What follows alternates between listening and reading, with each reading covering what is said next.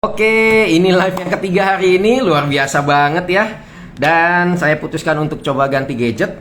Semoga ketika ganti gadget ini bisa lebih aman lagi ya. Silahkan masuk buat teman-teman semua yang sudah menunggu. Obrolan HIPA Valley Talk edisi 43 ini yang membahas tentang Badan POM ya. BPOM mendukung UMKM pangan olahan. Oke? Oke, sambil kita menunggu Mbak Dina masuk. Buat teman-teman semua yang memang sudah mempunyai pertanyaan seputar Badan POM, bisa langsung klik di bagian ada tanda tanya tuh ya, ada chat lalu ada gambar tanda tanya. Nah, bisa langsung ke sana aja. Jadi tulis pertanyaannya di sana supaya nanti lebih mudah untuk dibacakan pertanyaannya. Ya, kita masih menunggu Mbak Dina untuk join. Yes, oke. Deng. Wah, ada Bruder ya. Halo Bruder. Terima kasih sudah join juga. Dan yeay, akhirnya ada. Halo. Setelah saya ganti Udah handphone. bisa ya? Akhirnya ya, Oke. iya sudah bisa. Oke, terima kasih Tuhan. Terima kasih. Nggak jadi gelap ya? Senang tuh ya. Tuh nggak jadi gelap udah. Saya udah nggak jomblo lagi berarti ya. Oke.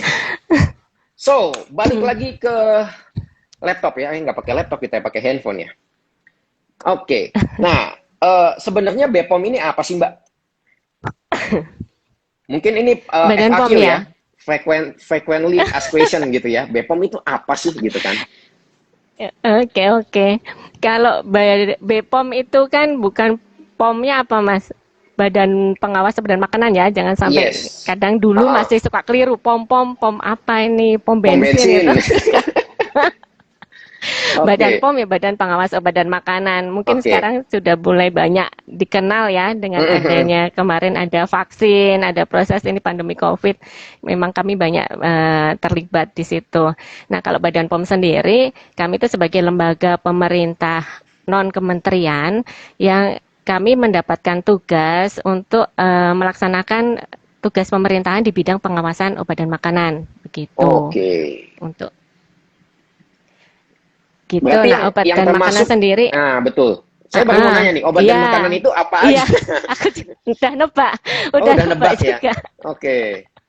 Karena kadang kan suka ini ya, obat itu kan kayak konteksnya cuma obat aja. Yang obat kalau kita sakit minum obat gitu. Padahal sebenarnya konteksnya lebih luas lagi. Kalau yang di sini yang dimaksud obat dan makanan itu termasuk obat, bahan obat, kemudian narkotika, psikotropika, ada prekursor, zat adiktif. Nah, obat tradisional, suplemen kesehatan, kosmetik, itu juga termasuk juga di dalam pengawasan Badan POM dan pangan olahan yang seperti sekarang kita mau bahas ya tentang pangan olahan. Oh, jadi sebenarnya kosmetik itu juga masuk ke obat ya, golongan obat berarti Mbak ya?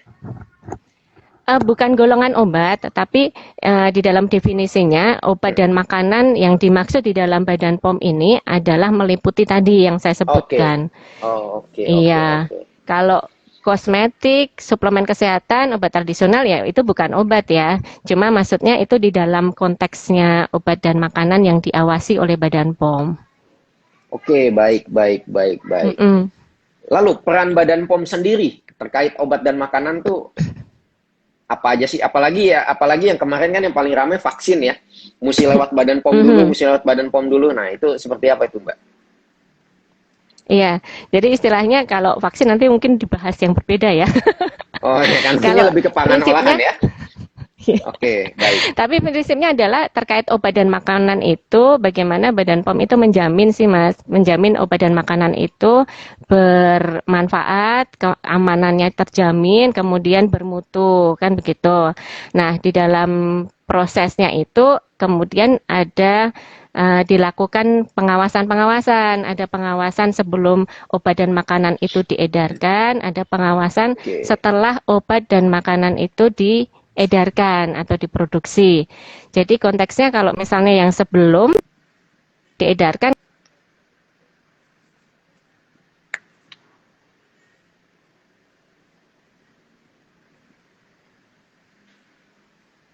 tidak memenuhi standar dan persyaratan. Kalau pengawasan yang post market ini lebih ke jaminan bahwa tetap pelaku usaha itu konsisten begitu.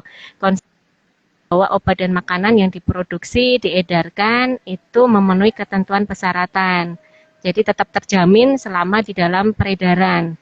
Kemudian kalau post market juga ada tindakan-tindakan penegakan hukum sih di situ.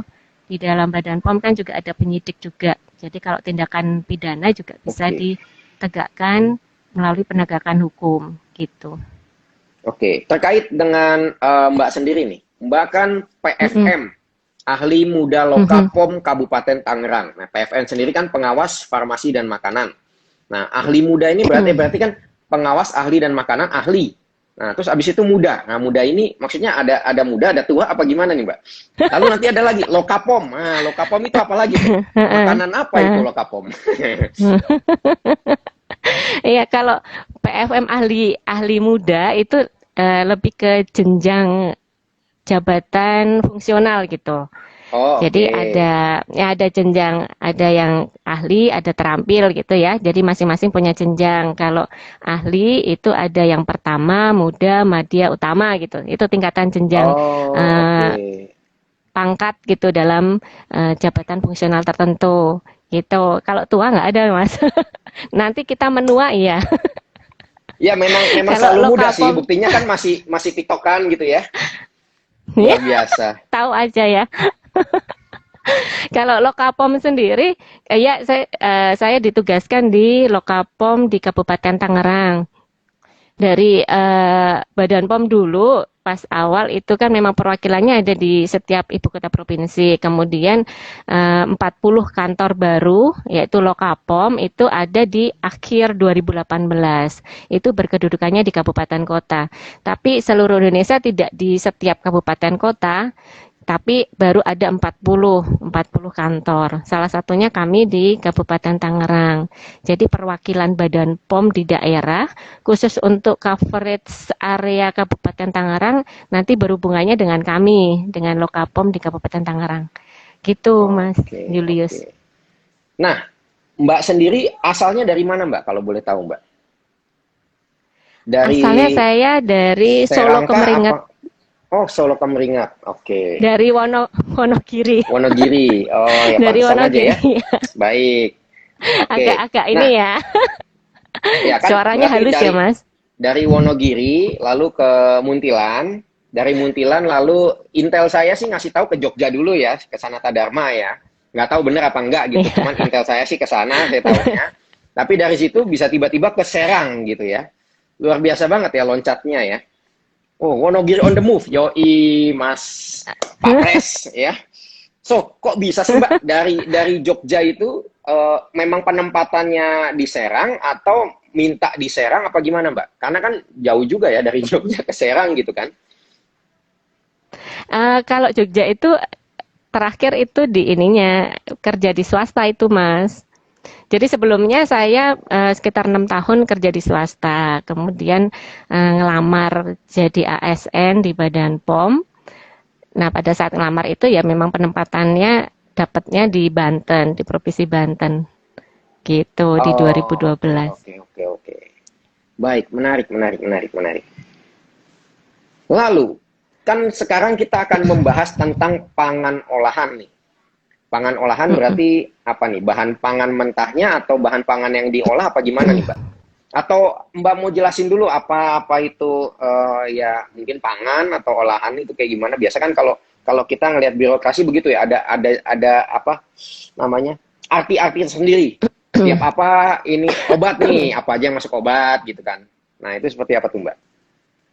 Iya, iya benar sih pangan itu kan dalam kalau konteks luasnya kalau misalnya kita baca di Undang-Undang Pangan itu mencantumkan bahwa pangan itu merupakan sumber sumber hayati yang bisa berasal dari beberapa sumber gitu ya, bisa perkebunan, kehutanan, perikanan, pertanian atau air. Nah, yang nanti entah dia diolah atau tidak diolah kemudian konsumsi oleh manusia sebagai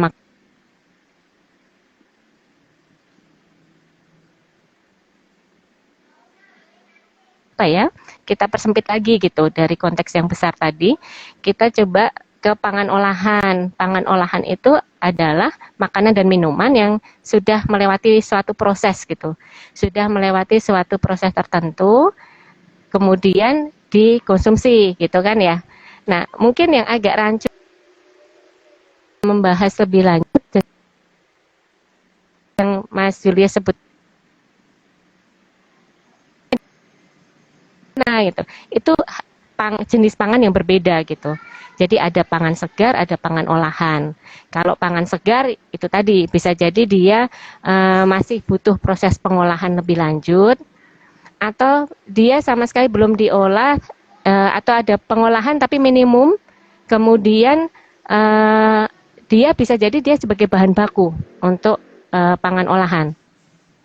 Begitu Mas. Jadi nanti kalau ditanya izin edarnya beda apa sama nih dengan pangan olahan, antara pangan segar sama pangan olahan ya bisa dikatakan berbeda gitu. Berbeda untuk izin edarnya. Oke, ini saya mau menjawab dulu nih kawan saya. Baru tahu ada anak Vanlit di Bepom. Ya, makanya ikut Hipa Vali biar tahu ya. Sering-sering ikut live Hipa Vali biar tahu. Oke. Wah, Mas Presiden ini sebut merek aja nih. Saya baru mau bilang nih, waduh ini ada endorsan nih ya. Oke.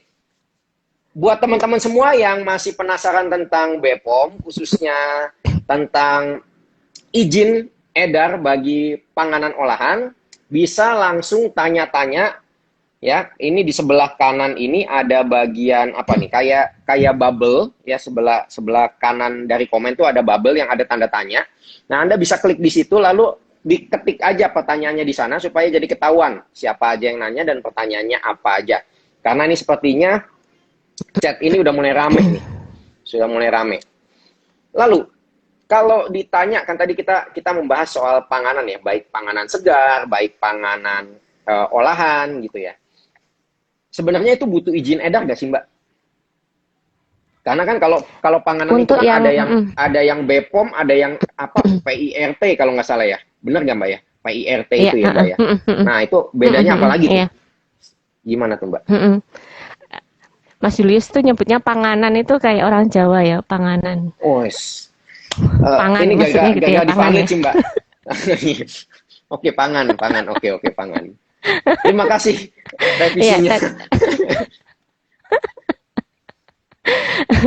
Jadi kalau pangan itu kan tadi kan ada pangan segar, ada pangan olahan. Nah, kalau pangan segar itu ada macam-macam tuh. Ada pangan segar asal tumbuhan, pangan segar asal hewan. Itu nanti izinnya kalau ngurus izin edar ke Kementan. Kemudian kalau pangan segar asal ikan, nanti izinnya ke Kementerian Kelautan Perikanan. Begitu. Nah sekarang tadi masuk ke pangan olahan. Pangan olahan kan tadi kesebut ya, ada PIRT, ada MD atau ML gitu. Kalau misalnya untuk Badan POM keluar izinnya MD atau ML. Itu ya. MD adalah makanan dalam negeri, produksi dalam negeri, ML adalah makanan produksi luar negeri. Bedanya apa? Kalau PIRT tahu nggak singkatannya apa Mas Julius? Saya taunya IRT doang. PIRT. Industri rumah tangga. Apa tuh IRT? Nah, iya, bukan ibu betul. rumah tangga kan? Tapi P-nya yang mungkin panganan kali ya. P-nya tadi. Iya, pangan. Iya, jangan pakai bukan panganan gitu lagi. kan? Aduh. Salah mulu nih. Ini kelihatannya lapar nih, belum makan saya nih. Gitu ya. Iya benar tadi PIRT ya pangan industri rumah tangga gitu. Nah kalau PIRT nanti izinnya sertifikat produksi untuk pangan industri rumah tangga nanti dikeluarkan oleh Dinas Kesehatan rekomendasinya gitu. Kalau untuk keluar nomor atau sertifikatnya biasanya udah kerjasama dengan DPM PTSP ya. Untuk saat ini kan ada sudah terpadu satu pintu biasanya ya sudah organisir jadi satu di kabupaten kota. Tapi prinsipnya kalau PIRT itu di bawahnya Pemda izinnya. Kemudian kalau pangan MDML berarti nanti izinnya ke Badan POM. Tadi pertanyaan menarik tuh, apakah semuanya itu wajib punya izin edar gitu dari pangan olahan gitu kan? Bisa dikatakan, bisa disebutkan enggak sih Mas? Enggak semuanya itu wajib punya izin edar. Ada ketentuan-ketentuan khusus yang diperbolehkan tidak memiliki izin edar untuk pangan olahan. Yang pertama itu dia masa simpannya kurang dari 7 hari. Jadi kalau misalnya bikin cake atau kue gitu ya, Iya. itu masa simpan kurang dari 7 hari ya dia nggak wajib punya izin edar gitu. Tapi kalau dia seperti apa ya kayak bakery gitu ya, yang cookies itu kan mesti lebih dari 7 hari, berarti dia wajib punya izin edar. Kemudian Oke. yang kedua pangan olahan itu digunakan lebih lanjut sebagai bahan baku. Itu nggak wajib punya izin edar. Kemudian pangan olahannya dalam jumlah besar, kemudian tidak dijual dalam kemasan eceran ke konsumen akhir. Itu juga tidak wajib. Kalau misalnya pernah dengar ada istilah B2B, business to Mm-mm. business, itu tidak Mm-mm. wajib punya izin edar karena biasanya Oke. eh, di rekanan atau dari kontrak kerjasamanya secara bisnis nanti ada perlakuan lagi terhadap pangan tersebut, dan itu tadi catatannya tidak dikemas dalam kemasan eceran untuk konsumen akhir. Atau kalau pernah dengar Horeca, pernah dengar Horeca Iya. nggak Mas Yulis? Hotel, resto, dan Iya, kafe. Yoi. iya, betul. Nah, itu nggak perlu izin edar. Terus satu lagi Oke. pangan siap saji. Pangan siap saji itu juga tidak perlu memiliki izin edar. Jadi pangan olahan yang diolah dan dikemas langsung di depan pembeli. Itu nggak harus punya izin edar. Gitu. Oh, jadi buat teman-teman semua yang lagi zaman pandemi ini kan tiba-tiba semuanya langsung jadi punya bisnis nih, khususnya bikin makanan gitu Mm-mm, ya. Nah, buat makanan yang mm-mm, kurang dari 7 hari masa simpannya bebas, jadi nggak mm-mm. usah lewat izin edar Badan POM, aman. Tapi buat yang Atau kue-kue ya berarti PRT. kayak kue kering, kue cookies gitu ya, yang masa simpannya Mm-mm, agak lama gitu, wajib ya Mbak ya berarti ya. mm-mm, iya. Nah, kalau kalau misalkan itu wajib, seandainya nih saya nih bikin cookies lalu saya jual. Mm-mm. Nah, saya kan belum tahu informasi ini bahwa itu diwajibkan. Nah, saya bisa bisa ini nggak? Maksudnya kena hukum lah atau gimana, Mbak? Iya, jadinya kalau tanpa izin edar itu kan sudah diatur ya di Undang-Undang Pangan Nomor 18 Tahun 2012. Di situ sudah dijelaskan ketentuan pasal, ada tindak pidananya juga kalau Waduh. memproduksi mengedarkan pangan tanpa izin edar. Tapi balik lagi kita sih ya berupaya bagaimana mengedukasi, menginformasikan ke masyarakat ya, terlebih ke pelaku usaha gitu. Makanya ini kesempatan yang baik nih sekalian memberikan informasi ke teman-teman bahwa ada ketentuan-ketentuan loh terkait pangan olahan gitu. Jadi Ini biar aja kita saya baru tahu loh, sama-sama Mbak. aware. Bener-bener baru tahu Karena kayak begini misalkan, Mas Julius, sekarang oh, itu oh, kami betul Mbak, tidak hanya gimana Mbak? menginformasikan ke pelaku usaha tapi ke masyarakat juga. Jadi kan masyarakat udah mulai cerdas gitu ya. Mesti dia juga ngecek juga izin edarnya gitu. Apalagi beberapa supermarket, kalau misalnya mau pasarnya lebih besar gitu ya, masuk ke retail modern, itu biasanya mereka sudah meminta kopian atau salinan dari izin edar produk sebelum diterima masuk ke listing list yang dijual di supermarket. Begitu. Oke, oke, oke. Nah, terkait izin, Mbak. Kalau dulu Mm-mm, saya kebetulan kan sekolah di apa kuliah itu di desain ya, Mbak ya. Di desain itu mm-mm, sempat ada namanya desain kemasan. Lalu di desain kemasan mm-mm, itu biasanya harus disertakan dengan yang namanya nutrition fact. Nah, dosen saya pernah bilang begini nih, ini dosen saya ya, almarhum gitu ya, dia pernah bilang begini, mm-mm. kalau di Indonesia nih nutrition fact itu nggak ada yang benar. Jadi nutrition fact itu pasti ya nggak sesuai real dengan aslinya, beda sama di luar negeri. Dia ngomong begitu, Mbak. Nah, saya langsung tanya sama Mm-mm. ahlinya, apa benar, Mbak? Iya kan? Atau BPOM itu Ya, ngurusin kalau nutrition fact nggak sih, mm-mm. apa gimana, Mbak? Iya, jadi kan itu termasuk yang dipersyaratkan ya. Kalau kita berbicara ke label kemasan, untuk pangan olahan itu termasuk yang harus dimintakan persetujuan dari Badan POM. Di Oke. dalam label kemasan sendiri itu ada unsur-unsur yang wajib dicantumkan gitu. Jadi kalau kita lihat pangan olahan, misalnya di display gitu ya, itu kan Hmm. ada yang tampak paling depan itu yang mudah terlihat terbaca, kemudian ada yang tampak di bagian entah di samping entah di belakang. Nah itu ada ketentuan-ketentuannya. Kayak tadi yang nutrition fact itu misalnya angka Kecukupan kecukupan gizi, gizi ya. AKG ya. Iya, betul. Iya, itu sudah ditetapkan juga. Dan kalaupun ada informasi nggak benar, ya berarti kan ada yang kita dibohongi gitu ya, Hmm, atau hmm. data-data yang disubmit ke Badan POM tidak tepat kan gitu. Nah, itu sebenarnya yang dari sisi pelaku usaha seharusnya itu tidak dilakukan. Walaupun kami tetap meminta itu, Mas. Jadi ada salah satu hasil uji itu juga menerangkan tentang itu.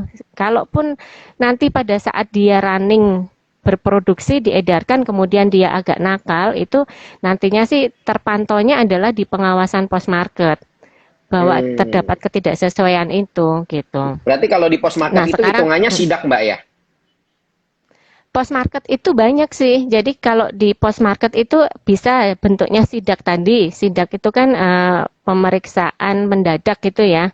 Entah entah dia di sarana distribusi atau di sarana produksi. Kemudian kami juga melakukan pengawasan terhadap iklan, label yang Oh, oke. di peredaran. Kemudian melakukan pengambilan sampel untuk dilakukan pengujian di lab. Nah, ini mungkin salah satunya ya untuk jadi kontrolnya pelaku usaha gitu ya.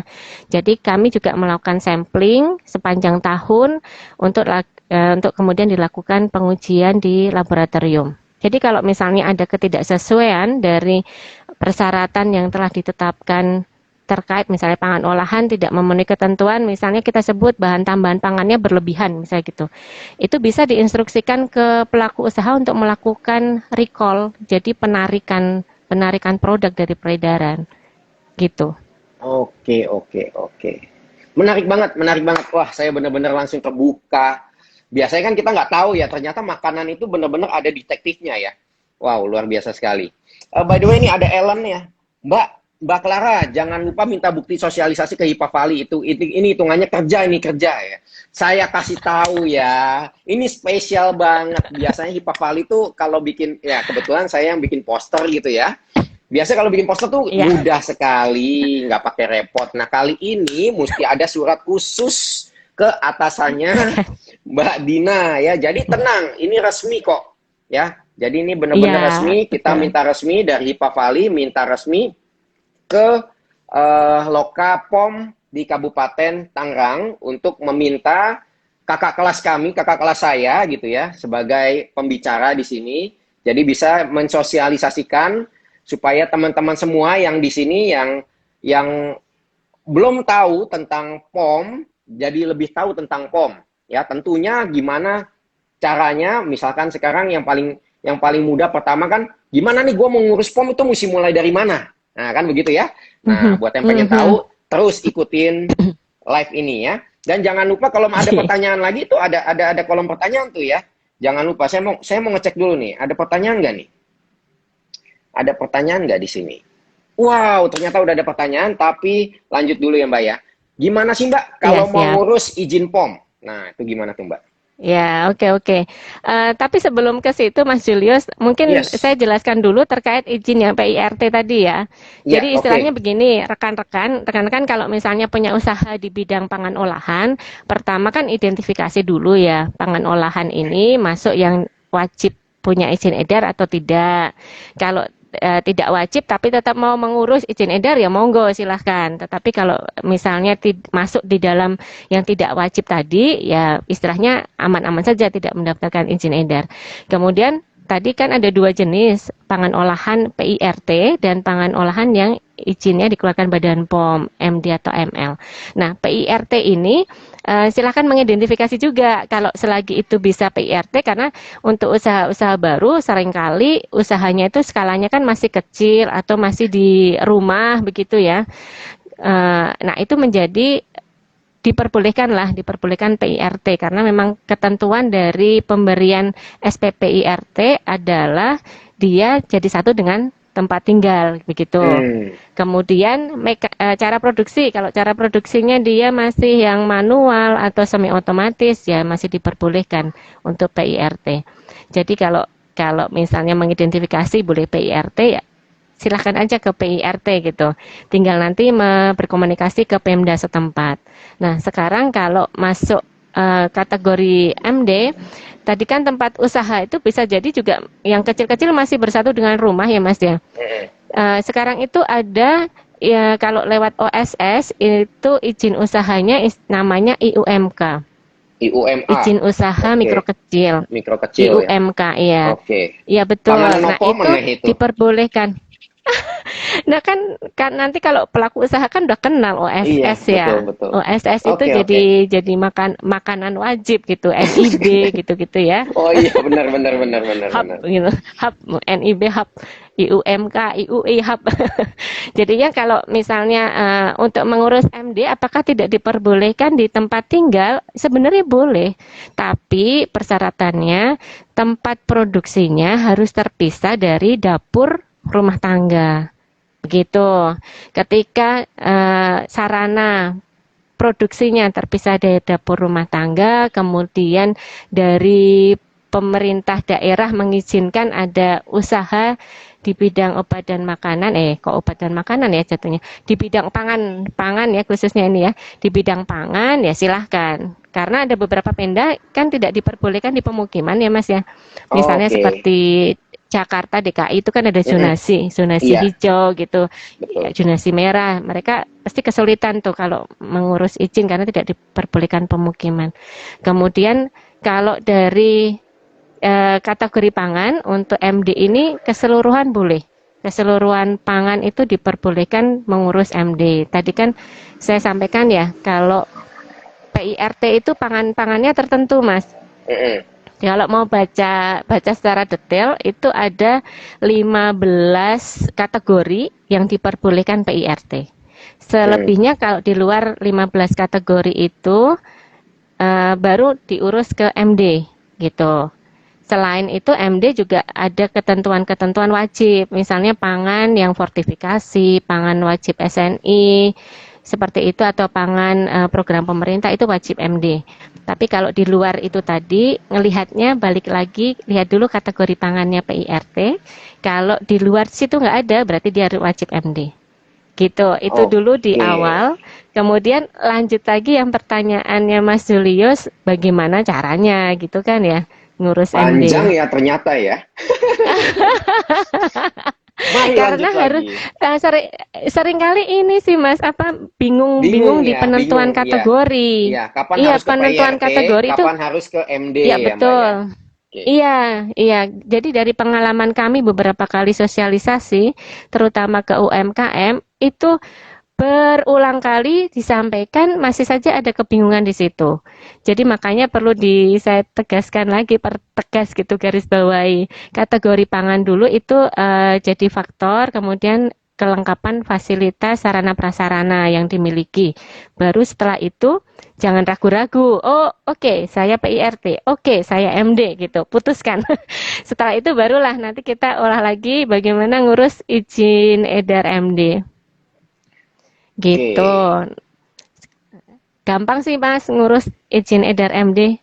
Gampang. Ini Kalau nggak ada yang Anda nggak komen. paham gampang, tinggal follow aja Clara Diana. Ya. Instagramnya kan Clara Diana 0901 ya kalau nggak salah ya. Anda ntar cek sendiri di Hipa Valley ya. Itu Anda follow udah pasti gampang ya. Pasti akan dibantu diajarin cara-caranya gitu ya. Oke. Jangan cuma saya Mas. Banyak kok di medsos di mana tempat usahanya berada. Ini kan seluruh Indonesia ya. Iya, Jadi minta perwakilan ininya Mbak, minta apa namanya wejangannya gitu kan. Oh, Jadi, siap. Iya. Boleh. Oke. Nah, tadi pertanyaan ada 3, tiba-tiba hilang 1 jadi 2. Oh ya udah nggak apa-apa ya. Dari Pak Pres ya, BPOM itu kadang-kadang melakukan razia makanan. Emang demen di razia nih ya. Jadi Pak Pres ini memang demen banget nih bahas soal razia ya. BPOM itu kadang-kadang melakukan razia makanan tuh di tempat retail gitu untuk menjalankan fungsi apa ya? Nah, ini tadi sebenarnya udah sempat dibahas sedikit ya sama Mbak Dina ya. Mungkin bisa diulang lagi biar Pak Pres lebih paham lagi ya. Soalnya kayaknya Pak Pres tuh dapurnya cukup banyak tuh. Oh, gitu ya. Tolong Iya. disebutkan biar saya ada Ini pembinaan lebih langsung lanjut. loh kena. Jadi nggak cuman pajak ya. Kemarin kan ada Oh gaya-gayaan gitu. ya, pajak semua dicekin semua. Nah, ini BPOM juga ini bakal dicekin semua kali ya sekarang. Oke, oke, oke. Jangan khawatir lah. Ya, secara prinsip ini sih Pak Pres yang ikutan Pak Pres. Secara prinsipnya menjalankan fungsi dalam pengawasan badan makanan ya. Tadi kan ada post market. Jadi sudah jadi tuntutan untuk kami untuk menjalankan tugas itu. Tuntutan dari memang ditugaskan oleh di dalam konteks pemerintahan dan juga tuntutan dari masyarakat gitu kan. Kalau kami tidak menjalankan sidak, tidak melakukan pemeriksaan ke retail, kemudian tiba-tiba nih ada temuan banyak produk pangan tanpa izin edar atau produk impor, pangan impor di suatu supermarket atau retail yang tidak memenuhi ketentuan. Nah, nanti berisiko juga terhadap kesehatan masyarakat. Nah, selain itu juga kalau untuk pertanyaan tentang retail, retail itu kan arahnya ke retail modern ya. Itu sebenarnya kalau untuk ada ketentuan pedoman cara retail pangan yang baik. Nah, itu juga kami termasuk melihat bagaimana penyimpanan, bagaimana pengendalian hama. Jadi dari fasilitas yang dimiliki oleh sarana retail itu juga termasuk yang dicek. Jadi selain produk, legalitas, kemudian apakah ditemukan rusak, kadaluarsa, bagaimana penanganan dari produk-produk yang rusak kadaluarsa itu sehingga tidak mengkontaminasi produk yang lain, bagaimana mekanisme pemusnahan. Nah, seperti itu juga termasuk yang dipantau. Jadi kalaupun ada di sini yang punya retail ya jangan khawatir. Sebenarnya kami juga membantu sih ya, membantu dari pemilik retail untuk melihat apakah ada proses-proses operasional yang masih perlu diperbaiki atau ditingkatkan. Gitu, Nah, membahas Mas. soal kadaluarsa nih. Nah, saya bingung nih. Yang benar kadaluarsa apa kedaluarsa? Karena kalau lihat dari TikToknya Mbak Dina, kedaluarsa gitu ya. Nah, balik Iya, lagi ke ya anggap aja kadaluarsa lah ya. Nah, kalau kadaluarsa kadaluarsa. itu misalkan saya beli satu produk gitu ya di retail Mm-mm. market lah, retail modern gitu. Lalu itu kadaluarsa. Nah, itu yang salah dari produsennya kah? Atau dari si retailernya, Mbak? Dan itu bisa dilaporin nggak ke BPOM? Ya, secara kesalahan di mana ya bisa dua-duanya ya. Jadi kalau yang pertama yang perlu menjadi tanggung jawab dari pemilik barang atau yang retailnya itu bahwa dia ada kewajiban untuk melakukan pengecekan secara rutin dari produk-produk yang didisplay. Kan gitu. Apakah itu sudah dilakukan atau belum? Karena sebagian dari produsen itu biasanya mempunyai perjanjian kerjasama dengan pihak retail, apakah produk itu boleh dikembalikan atau boleh dikembalikan tapi ada jangka waktu batasan, misalnya 3 bulan sebelum ED atau seperti apa. Nah itu kan di luar ranah Badan POM ya, tergantung kesepakatan dengan pihak supplier atau dari pihak produsen begitu. Nah secara prinsip ya kalau ada seperti itu dan ditemukan dalam jumlah besar, itu kan berarti masuk ke kelalaian ya. Ya silahkan saja kalau itu mau diadukan atau dilaporkan ke Badan POM, Mas.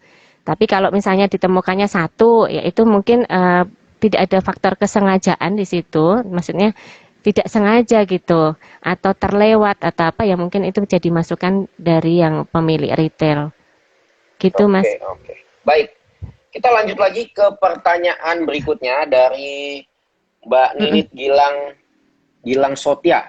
Mbak, apakah ada syarat khusus untuk bangunan atau dapur agar lolos BPOM? Nah, Ya, oke.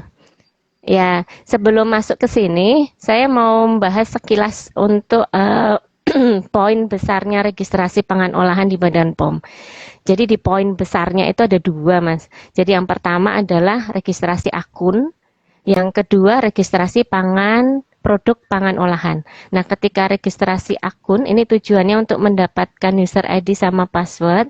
Nah, di saat inilah ada salah satu syarat adalah surat rekomendasi. Surat rekomendasi dari perwakilan Badan POM di mana lokasi produksi itu berada, begitu. Nah, dengan surat rekomendasi itu nanti yang disubmit, yang diupload di dalam pada saat proses registrasi akun. Nah, tadi pertanyaannya Mbak Ninit Gilang Sotia, ini sepertinya mengarah ke mendapatkan surat rekomendasi tadi, gitu ya. Karena ketika untuk mendapatkan surat rekomendasi ada persyaratan minimal memang. Jadi kami acuannya untuk pemeriksaan produsen pangan olahan, ada kalau pernah mendengar CPPOB, itu cara produksi pangan olahan, itu sudah ada acuannya dari Permenperin gitu kan. Nah, dari situ nanti akan terbaca dari masing-masing klausul itu mengarah temuannya apa, kemudian dari akumulasi nanti ada nilainya. Minimal nilai B baru bisa keluar surat rekomendasi. Gitu. Nah, mengarah ke pertanyaan ini, kalau bangunan atau dapur ini berarti identifikasinya tempat produksinya masih bergabung dengan tempat tinggal ya. Nah, prinsipnya adalah pengolahan kemudian pengemasan primer terutama itu harus terpisah dari dapur rumah tangga. Gitu. Itu secara prinsip untuk bisa mendapatkan MD. Nah, Berarti kalau persyaratannya masih menyatu, berarti ini masuknya ke PIRT, Mbak ya? Benar nggak, Mbak? Kalau kategori pangannya masih bisa masuk PIRT, Mas. Oh Tapi iya, kalau misalnya betul. kategori Oke. pangannya, misalnya yang sekarang ngetren itu kan frozen food ya. Yes. Mm-mm. Ya, nah frozen food nggak bisa PIRT, gitu. Oh, walaupun Kalau dapurnya gabung. bikinnya, iya. Jadi itu satu kesatuan persyaratan gitu. Yang pertama adalah kategori pangan dulu. Masih bisa nggak PIRT? Kalau masih bisa silahkan bergabung dengan rumah tangga boleh. Memang itu ketentuannya ya. Kalau misalnya dia kategorinya PIRT, tetapi dibikinnya udah di ruko atau di kawasan industri, itu juga nggak bisa keluar PIRT gitu. Jadi satu kesatuan gitu ketentuannya. Kategorinya memang PIRT, kemudian dapurnya jadi satu. Nah, sekarang kalau yang dapur yang disampaikan oleh Mbak Ninit ini secara prinsip kan ketika kita melakukan proses pengolahan, produksi itu jangan sampai terjadi kesalahan, jangan sampai terjadi kontaminasi antar produk, antar bahan baku yang matang dengan bahan baku produk yang matang atau sudah jadi dengan bahan mentah, itu jangan sampai terjadi kontaminasi. Nah, kalau untuk dapur syaratnya gimana? Silahkan disesuaikan sehingga alur prosesnya itu tidak menimbulkan kontaminasi antar bahan atau antar produk. Prinsipnya gitu. Kalau untuk detailnya mungkin perlu diskusi lebih lanjut disesuaikan dengan real aktual yang dimiliki, bangunan yang dimiliki. Gitu Mbak Ninit Gilang Sotia. Oke. Terima kasih banyak ya. Walaupun waktu Mbak jelasin juga membuat saya jadi makin bingung ya. Tapi it's okay. Ada Ya, it's bingung okay. ya? Ya, karena kan nggak di bisnisnya Mbak ya. Karena nggak di bisnisnya, jadi kan nggak ada gambaran soal itu gitu kan. Iya. Tapi ya mungkin kalau di bisnisnya ketika Mbak jelaskan itu, oh masuk akal juga ya. Memang yang saya tangkap justru yang bagus adalah yang tadi Mbak bilang ya. Memisahkan antara bahan pangan olahan yang mentah dengan yang matang supaya tidak terkontaminasi. Nah ini bagus banget nih, karena kita nggak tahu ya. Sekarang banyak sekali yang tiba-tiba usahanya jadi kuliner kan, sedangkan mungkin secara SOP kan belum tentu sesuai dengan apa yang menjadi standarisasinya BPOM gitu kan. Padahal sebenarnya standarisasi BPOM sendiri kan tujuannya untuk melindungi para konsumen supaya makannya juga enak, tidak keracunan dan yang lain-lain, Mbak ya. Wow, luar biasa sekali. So, kalau misalkan mau kayak baca-baca begitu, lebih detail, kalau mau baca-baca lebih detail, misalnya Mbak Nini tadi bisa googling aja atau masuk ke webnya Badan POM, jdih.pom.go.id. kemudian search untuk cara produksi pangan olahan yang baik gitu. Nanti di situ muncul tuh Permenperin nomor 75 tahun 2010. Itu adalah pedoman CPPOB. Nah, itu bisa dibaca kemudian dinilai gitu apakah fasilitas yang dimiliki sudah sesuai atau belum. Di aspek produksi ya, atau aspek mesin atau aspek bangunan gitu. Oke, oke, oke. Nah, ini ada bos rumah kelor nih ya, bertanya nih. Kalau setelah daftar, setelah itu ada pendampingan untuk memperbaiki proses, atau langsung des penilaian. Nah, saya nggak tahu nih, des itu apa nih? Bosomu iki das des ya. Aduh, gimana tuh Mbak? Saya juga belum tahu. Mungkin ya karena setelah daftar, lalu ada pendampingan untuk memperbaiki dapat pendampingan nggak untuk memperbaiki prosesnya, atau langsung penilaian, Mbak? Mungkin pertanyaannya ke sana ya. Oh gini, iya bisa jadi ya. Jadi kan urutannya tadi kalau untuk mendapatkan rekomendasi dari perwakilan Badan POM di mana tempat produksi berada, yang pertama kan mengajukan permohonan untuk diaudit. Ada beberapa berkas-berkas juga yang kami minta gitu ya untuk disubmit. Kemudian step berikutnya adalah dilakukan audit gitu. Nah, ketika audit apa-apa saja temuan itu akan tertuang di berita acara pemeriksaan. Kemudian berdasarkan berita acara pemeriksaan itu dilakukanlah perbaikan-perbaikan. Nah, ini pertanyaannya tadi apakah ada pendampingan untuk melakukan perbaikan. Jadi gini, ketika terbit BAP itu nilai itu sudah muncul. Jadi nilai A, B, C, D gitu dari nilai sarana itu sudah muncul. Jadi kalau untuk sarana produksi minimal kan B ya. Itu sudah muncul. Jadi udah ketahuan apakah surat reko itu bakal dapat atau enggak. Kalau misalnya nilainya B, itu sebenarnya ada temuan-temuan juga. Misalnya ada temuan yang serius gitu ya, masih ada tuh temuan. Cuma diperbolehkan ada batasan-batasannya sehingga masih memungkinkan diterbitkan surat rekomendasi asalkan temuan-temuan di dalam BAP sudah dilengkapi atau sudah diperbaiki. Nah, untuk pendampingan itu kami sebenarnya ada beberapa program gitu ya. Salah satunya adalah program gercep sertifikasi kalau di Lokapom Kabupaten Tangerang. Jadi di situ kami melakukan inovasi sejauh pengamatan kami waktu itu banyak di penyelesaian perbaikan atau pencegahan atau CAPA istilahnya ya, corrective action and preventive action. Banyak waktu tersita di situ. Nah, kami melakukan inovasi, yuk kita intensif mendampingi untuk penyelesaian CAPA. Jadi programnya itu dilakukan secara periodik ya. 3 hari, 2 hari untuk penyelesaian CAPA, hari ketiga surat rekomendasi kami janjikan terbit. Jadi sebenarnya itu untuk mendorong. Jadi untuk mendorong pelaku usaha untuk sama-sama proaktif menyelesaikan CAPA.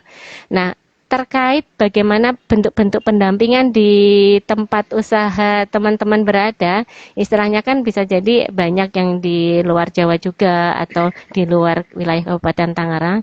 Silahkan berkomunikasi secara secara intens ya, efektif, intens dengan petugas gitu, dengan petugas sertifikasi. Jadi poin utama adalah yang pertama pahami dari sisi temuannya itu, samakan persepsi dengan petugas. Kalau pemahamannya berbeda, agak sulit menyelesaikan karena dari pelaku usaha menyampaikan perbaikan A, sedangkan dari petugas sebenarnya bukan itu yang dimaksud, kan gitu. Jadi nggak ketemu. Nanti di istilahnya tidak diterima dan dimintakan lagi data dukung yang lain. Nah, sebaiknya poin yang pertama adalah samakan persepsi ketika dilakukan audit pada saat pembuatan PAP agar nanti CAPA itu dapat diselesaikan tepat atau perbaikan pencegahan tindakannya itu tepat sesuai yang dimaksud oleh petugas audit. Begitu, Mas. Nah, baru saya mau nanya soal biaya ya, tiba-tiba ditanyain lagi. Di luar biaya perbaikan badan bangunan, berapa biaya BPOM? Nah, ada gak sih biaya resminya BPOM atau malah biayanya ya, mohon maaf ya mungkin salam tempel ya, kan kita yang selama ini yang saya tahu ya, BPOM kan ya mohon maaf yang beredar di masyarakat banyak BPOM mah salam tempel gitu. Nah, saya nggak tahu kan, itu kan zaman dulu nih. Nah, saya nggak tahu nih. Kalau zaman sekarang, apa masih seperti itu atau karena ada PTSP jadi aman apa gimana nih, Mbak? Mohon maaf sekali lagi, Mbak ya. Cuman ya, Nggak pandangan apa-apa. masyarakat kan Cuma, seperti itu, Mbak. iya, mungkin itu pandangan secara umum ya. Kalau sejak saya pertama kali di Badan POM sih belum pernah mengalami itu. Oh, Belum pernah oke. mengalami dalam artian kalau usaha dari pelaku usaha tetap ada, Mas. Jadi pulang ada amplop lah, ada map isinya amplop lah gitu. Ada. Oke, Cuma secara dari sejak pertama kali saya kerja di Badan POM kami tidak pernah menerima itu. Belum pernah. oke. Secara pengalaman pribadi saya belum pernah dan setahu saya sih kalau ada yang seperti itu malah kena sanksi disiplin gitu dan diperbolehkan dilaporkan. Jadi pelaku usaha atau siapapun yang mengetahui diperbolehkan melapor. Nah, kalau terkait biaya untuk pengurusan tadi itu kan ada untuk mendapatkan surat rekomendasi akan dilakukan audit oleh perwakilan Badan POM. Nah, itu free, gratis. Free. Oh, berarti Jadi surat rekomendasi itu iya, free ya? free. Oke. Jadi mau konsultasi denah misalnya, ada ketika mau mendaftar kebingungan denah, terus mau diskusi tentang denah, kemudian proses mengajukan permohonan audit sampai terbitnya surat rekomendasi itu tidak dipungut biaya. Sampai dipungut biaya dilaporkan saja, Mas. Nggak ada pungutan biaya. Kemudian biaya itu muncul di proses registrasinya. Sudah diatur dan sudah paten dan tidak bisa diubah-ubah lagi karena pembayarannya pun juga secara online. Jadi tinggal nanti bukti bayarnya yang di-submit. Kalau mau baca, bisa akses di Peraturan Pemerintah Nomor 32 Tahun 2017. Itu Oke. mengatur PNBP untuk Badan POM. Jadi pendapatan negara bukan pajak untuk Badan POM. Sudah diatur di situ secara jelas. Apa saja, jadi kalau dibuka ini ya. Bisik-bisik sedikit lah, Mbak. Range-nya antara berapa sampai Iya, berapa? nah nggak usah bisik-bisik, Oh, nggak usah semuanya bisa bisik-bisik ya akses kok malah ya? itu. Oh, oke. Iya, bisa akses semua. Oke, oke. Jadi kalau izin edar itu kan berlaku 5 tahun ya Mas ya? Yes. Berlaku 5 tahun. Nah, penentuan nilai dari biaya tarif itu ditentukan dari jenis kategori pangannya. Jadi kalau dia semakin tinggi resikonya, dia semakin besar. Oh, oke. Kemudian jenis registrasinya, apakah dia registrasi baru, registrasi perubahan data, apa registrasi daftar ulang atau registrasi ulang Perpanjangan gitu. gitu ya? Oke. Nah, betul. Nah, kalau melihat dari ini PP 32 tahun 2017, kita sebut aja apa ya kategori pangan yang paling banyak itu apa? Misalnya makanan ringan siap santap mungkin ya, itu ada di kategori 15, makanan ringan siap santap. Daftar baru itu 300.000 kalau di PP ini. Kemudian misalnya apa? Ada yang bikin siomay misalnya gitu ya, bikin siomay bahannya daging gitu karena nanti bahan daging dengan bahan lebih banyak udang nanti kategorinya beda. Misalnya kita ada kategori 8 itu daging dan produk daging termasuk daging unggas dan daging hewan buruan itu registrasi barunya 500.000. Murah kan? Yang tinggi itu Mas, yang tinggi itu kategori yang tadi saya bilang ya, resikonya tinggi itu misalnya pangan berklaim. Pangan berklaim ini kan contohnya saja dia ada klaim untuk menurunkan risiko kesehatan gitu ya. Tapi untuk Oh, oke. bisa Misalkan, mencantumkan klaim ini atau misalkan bisa makanan khusus. menurunkan gula darah gitu, menurunkan kolesterol gitu ya, Ya, Mbak ya? Oke. ya, tapi untuk itu aja juga harus ada uji klinis yang dimasukkan. Itu daftar barunya 3 juta gitu. Oh, Itu karena risikonya tinggi atau minuman beralkohol 3 juta juga. Minuman beralkohol 3 oke. juta. Kemudian kategori 01 itu produk-produk susu dan analognya, kecuali yang termasuk kategori 2 itu 750.000. Kalau yang paling murah 200.000 itu ada di madu. Kalau ada yang mendaftarkan madu itu 200.000. Kalau dilihat itu murah atau mahal, Mas? Oh, 5 madu tahun juga harus ya. BPOM ya? Saya Oh, baru tahu ya. enggak. bukan. Madu, jadi kan gini, kategori pangan ini untuk Badan POM, MD, itu kan overall kategori pangan, Mas.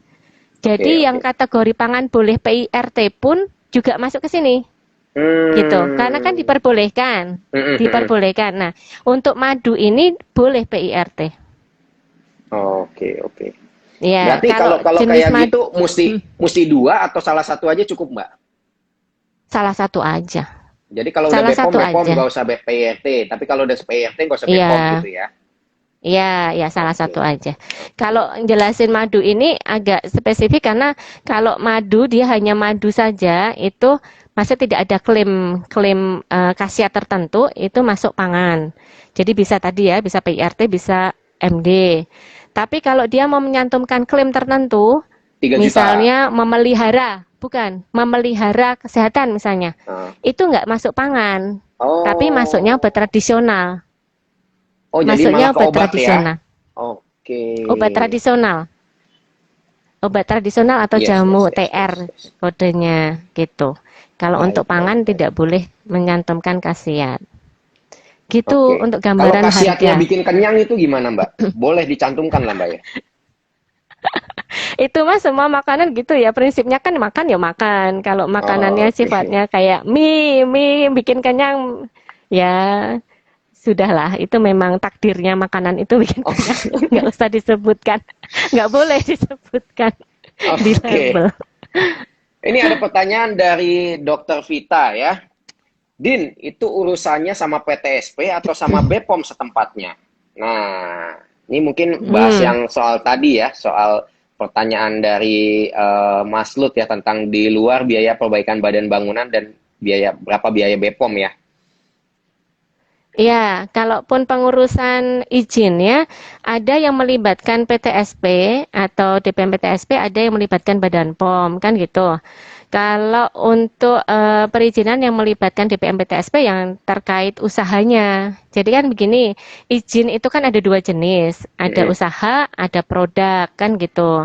Nah, Badan POM ini fokusnya ke produk, izin produk. Nah, izin usahanya ya berhubungan sama Pemda setempat. Kalau Pemdanya sudah terorganisir jadi satu di perizinan terpadu satu pintu ya ke PTSP. Tapi kalau belum, tapi sekarang rata-rata sudah lah ya, sudah terpadu. Nah, di situ nguruslah legalitas dari usahanya, tempatnya. Misalnya tadi IUMK, izin usaha mikro kecil, atau kalau udah usaha besar ya IUI gitu ya, izin usaha industri kalau yang udah besar. Begitu. Jadi kalau untuk Badan POM khusus untuk produk, kalau DPM PTSP nanti silahkan mengurus di izin usaha. Kalau ada kebingungan caranya gimana OSS ya, itu biasanya DPM PTSP juga punya operator yang bisa bantu. Bisa langsung membantu ke customer ngurusin atau service-nya ya. Langsung tanya aja ke customer service-nya. Oke. Ya, ke operator OSS-nya gitu, menanyakan misalnya caranya bagaimana. Jadi Mbak Vita mau bisnis apa nih Mbak Vita? Ya, siapa tahu kayaknya mau bikin suplemen apa obat tradisional apa nih. Udah tanya-tanya ya. So, balik lagi ke pertanyaan selanjutnya Mbak. Sebelum kita misalkan ya pasti kan makanan kan dicek kandungannya dan yang lain-lain. Berarti kan itu harus masuk lab ya. Nah, itu masuk lab itu kita yang masukin lab dulu atau di BPOM sendiri ada lab itu Mbak? Atau kita harus kayak misalkan kalau misalkan saya nggak tahu sih ya karena saya nggak pernah ngurusin BPOM. Cuman kalau kita berpikirnya kayak saya mau asuransi, terus abis itu harus dicek di lab gitu kan, ada lab bisa ke merek yang kuning, ada merek yang lain gitu kan. Nah, atau memang ada labnya begitu atau harus ke labnya BPOM, Mbak? Benar sih. Jadi kalau hasil uji nanti dibutuhkan adalah ketika proses registrasi produk pangan olahan yang step kedua. Jadi step pertama akun, pembuatan akun, pertama step ya, kedua tadi ya, registrasinya. Kemudian registrasi produk pangan olahan. Nah, di saat ini dibutuhkan ada hasil uji. Nah, hasil uji ini diperoleh dari mana? Kalau dari Badan POM sendiri tidak menyediakan laboratorium. Jadi prinsipnya yang diminta adalah hasil uji itu diterbitkan oleh laboratorium yang terakreditasi. Jadi punya sertifikat akreditasi. Silahkan mau dimanapun boleh. Yang penting laboratoriumnya sudah terakreditasi. Nah, apa yang diujikan? Yang diujikan itu ada parameter-parameter tertentu yang wajib diuji tergantung kategori produknya. Kalau rekan-rekan mau buka, kalau misalnya mau melihat, itu bisa di irec.pom.go.id, itu adalah webnya untuk registrasi pangan olahan ya. Nah, di situ klik aja ada produk itu, dituliskan kategori produk yang dimau, nanti akan muncul tuh. Muncul berbagai jenis produk sesuai kategorinya, pilih sesuai dengan komoditi atau produk yang mau didaftarkan. Diklik aja, tapi jangan lupa ada tabel yang paling kanan itu ada tulisan aktif tidak aktif. Pilih yang aktif. Nah, ketika diklik nanti di situ akan muncul parameter uji apa saja yang wajib. Jadi di luar itu silakan mau uji, tapi ada kriteria yang wajib. Nah, ini kapan sih kita harus mengujikan gitu kan ya? Silahkan dijalankan secara paralel dengan ketika dilakukan proses audit oleh perwakilan Badan POM. Jadi kalau dari ketika misalnya kami dari Lokapom mau melakukan audit, kami tidak akan meminta hasil uji gitu. Tapi nanti ketika sudah keluar surat rekomendasi, kemudian melakukan pembuatan akun, melakukan proses pendaftaran, di dalam proses pendaftaran itu ada timeline. Kalau lebih dari 6 bulan tidak memasukkan dokumen sesuai yang diminta, nanti kayak ini loh, dibalikin lagi ke proses awal gitu loh Mas Julius. Ngulang lagi gitu. Jadi ya. kalau saran, Balik ke kalau titik saran nol lagi kami, gitu ya. ya saran kami karena hasil uji juga ada umurnya gitu ya. Jadi hasil uji paling nggak 6 bulan lah, 6 bulan terakhir gitu. Nah, sebaiknya ketika ada proses audit dari perwakilan Badan POM, kemudian ada proses pembuatan CAPA, itu silahkan saja mulai mengujikan produknya. Nanti hasil ujinya disubmitnya adalah ketika proses tahapan registrasi produk pangan olahan. Begitu. Oke, saya jadi ada pemikiran yang agak nakal gitu ya. Berarti bisa dong ya. Kenapa? Kalau misalkan saya bikin makanan yang bagus, lalu diujikan, hasil ujinya saya urus BPOM, lalu setelah itu ingredientsnya saya ganti-ganti lagi. Bisa nggak seperti itu, Mbak? Atau pernah ada kasus seperti itu nggak, Mbak? Ya kalau pernah lah Mas. Pernah, kalau pertanyaan pernah ya pernah, tapi kan istilahnya itu jadi nakal ya, produsennya nakal. Istilahnya kalau kami menemukan itu di dalam pengawasan post market, sampai ketemu begitu, nanti sanksinya kan bisa sampai ke pencabutan nomor izin edar. Oh, gitu. Apalagi kalau dia ada risiko membahayakan kesehatan, misalnya gitu ya, seharusnya tidak ada bahan itu ditambahkan, atau bahan tambahan pangannya berlebihan yang berisiko terhadap kesehatan. Nah, itu bisa sampai ke pencabutan izin edar atau pembekuan akun perusahaan, sehingga nanti dia nggak bisa memperpanjang, nggak bisa daftar produk baru gitu. Kalau masalah pernah ketemu, pernah aja, itu maksudnya kan nakalnya pelaku usaha. Kalau masalah banyak bisa dikatakan nggak banyak juga ya, sekarang mulai nggak berani kali ya. Mempertaruhkan reputasi gitu. Betul sih, itu mempertaruhkan reputasi banget ya. Iya. Wah, ini ada pertanyaan bagus nih. Waduh, kayaknya jiwanya masih jiwa sekolah ya. Satu kali registrasi bisa berapa kali hair gitu ya. Audit ulang maksudnya, ya kan? Bisa berapa kali audit ulang. Oh. Audit ulang. Bukan registrasi tapi masih yang tahap tadi ya Mas Julius. Iya, maksudnya yang audit ya. Berarti kan itu tahapannya kan sudah ke tahapan awal punya akun Mbak ya, berarti ya Mbak ya. Kan kalau registrasi ini mungkin kan audit itu sebelum ya. Oh sorry. Oke. Iya. Kalau audit itu kan gini, audit itu kami itu kan jadi perpanjangan tangan dari Badan POM Pusat. Oke. Jadi Direktorat Registrasi Pangan Olahan kan nggak mungkin ya mendatangi semua daerah untuk ngecek Mm-mm. bener nggak alamatnya Mm-mm. di situ, bener Oke. nggak dia punya mesin A B C D, bener Iya. nggak fasilitasnya memadai, kan nggak mungkin. Nah, Mm-mm. akhirnya perpanjangan tangannya adalah perwakilan Badan POM di daerah-daerah ini gitu.